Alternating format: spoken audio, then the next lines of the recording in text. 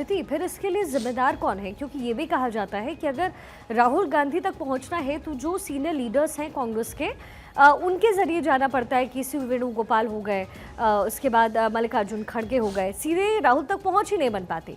और दूसरी तरफ राहुल जो है सड़कों पर उतरते हैं, तो ये समन्वय कैसे बनाया जाए? देखिए, कांग्रेस को फीनिक्स की तरह खड़ा होना पड़ेगा संगठन में भी। एक बार जो राहुल चाहते थे, जब उन्होंने राष्ट्रीय अध्यक्ष का पद से इस्तीफा दिया था, वो चाहते थे कि सब कुछ डिसॉल्व हो जाए और नई तरीके से हो। राहुल, सोनिया, प्रियंका को एक दिशा में देखकर ये तय करना होगा कि कौन से वो चेहरे हैं। देखिए, यूटिलाइज तो सबको करना है, जैसे भाजपा करती है।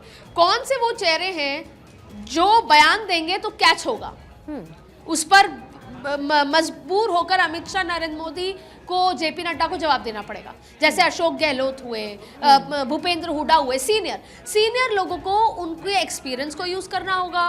नई लीडरशिप खड़ी करनी होगी, नए युवाओं को संगठन में भागदौड़ करके। जैसे कई बार मैंने ये देखा, मैं खुद कांग्रेस लंबे समय से कवर भी कर रही हूँ पॉलिटिकली, मैंने देखा कि फॉर एग्जाम्पल किसी को किसी प्रदेश का प्रभार है, किसी एक का नाम लेना सही नहीं होता, अक्सर फोन आ जाता है कि आपने ऐसा क्यों कहा। इसलिए आप फर्ज कीजिए किसी एक प्रदेश का प्रभार आपको दे दिया, भले ही वहाँ चुनाव नहीं है, पर आपने देखा कि वहाँ प्रवास नहीं होता है। सिर्फ उन राज्यों में जहां चुनाव है वहां भीड़ हो जाती है। जैसे आप दिल्ली का ही जिक्र कर लीजिए, दिल्ली के चुनाव में सडनली कांग्रेस बहुत एक्टिव हुई। अब भले ही आप चुनाव हार गए, लेकिन आपने एकदम से चीजें छोड़ दी। अब आप तब पिकअप करेंगे अगले 2.5-3 साल बाद, जब चुनाव नजदीक आएंगे। प्रॉब्लम यह है कि ऐसा नहीं होता।